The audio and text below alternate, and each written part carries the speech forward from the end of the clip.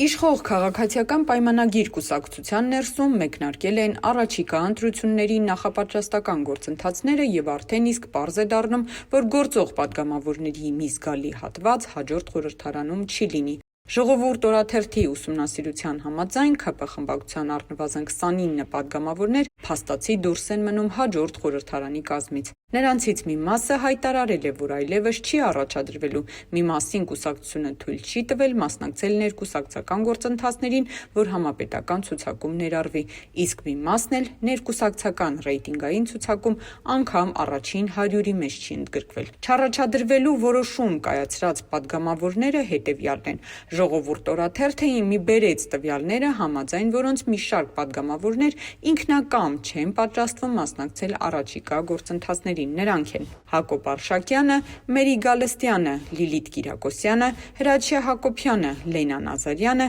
Քրիստինե Պողոսյանը, Խաչատուր Սուքիասյանը։ Մասնակցությունը կուսակցության կողմից արգելված պատգամավորների։ Ըստ Ժողովուրդ օրաթերթին հասած տեղեկությունների որոշ պատգամավորների ՔՊ-ն թույլ չի տվել մասնակցել ներկուսակցական գործընթացներին։ Նրանք են Ջուլիետտա Ազարյանը, Դավիթ Դանիելյանը, Ռիփսիմե Հունանյանը, Հայկ Սարգսյանը, Կարեն Սարուխանյանը, Հայկ Ցիրունյանը։ Ռեյտինգային ցուցակի առաջին 100-ից դուրս մնացած պատգամավորները։ Մյուս խումբը կազմեն այդ պատգամավորները, որոնք ներկուսակցական ռեյտինգային ցուցակում չեն հայտնվել առաջին 100 տեղում, ինչը զգալիորեն նվազեցնում է նրանց խորհրդարան վերադառնալու հնարավորությունները։ Նրանք են Հերիքնաս Տիգրանյանը, Շիրակ Թորոսյանը, Էսթեր Այվազյանը, Գուրգեն Մելքոնյանը, Ռիփսիմե Գրիգորյանը, Ալեքսանդր Ավետիսյանը, Նարեկ Բաբայանը, Գայանե Եղիազարյանը, Միքայել Թումասյանը, Դավիթ Կարապետյանը, Արմենուհի Ղազարյանը,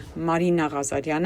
Արտյոմ Մեհրաբյանը, Տիգրան Պարսիլյանը, Անուշ Քլոյանը, Վանիկ Օհանյանը։ Ներկուսակցական ֆիլտրի առաջին արդյունքները հետևյալն էին։ Այսպիսով, իշխող կուսակցության ներսում արդեն նկատվում է լուրջ կադրային ֆիլտր, որի արդյունքում գործող 69 հոգանոց խմբակցության պատգամավորներից 29-ը կարող է դուրս մնալ հաջորդ խորհրդարանի կազմից, որը կազմում է մոտ 42.3%։ Հավելենք, որ սա անշուշտ նախնական պատկեր է, որը կարող է որոշակի փոփոխության ենթարկվել քաղաքական իրավիճակով պայմանավորված, բայց ոչ շրջադարձային։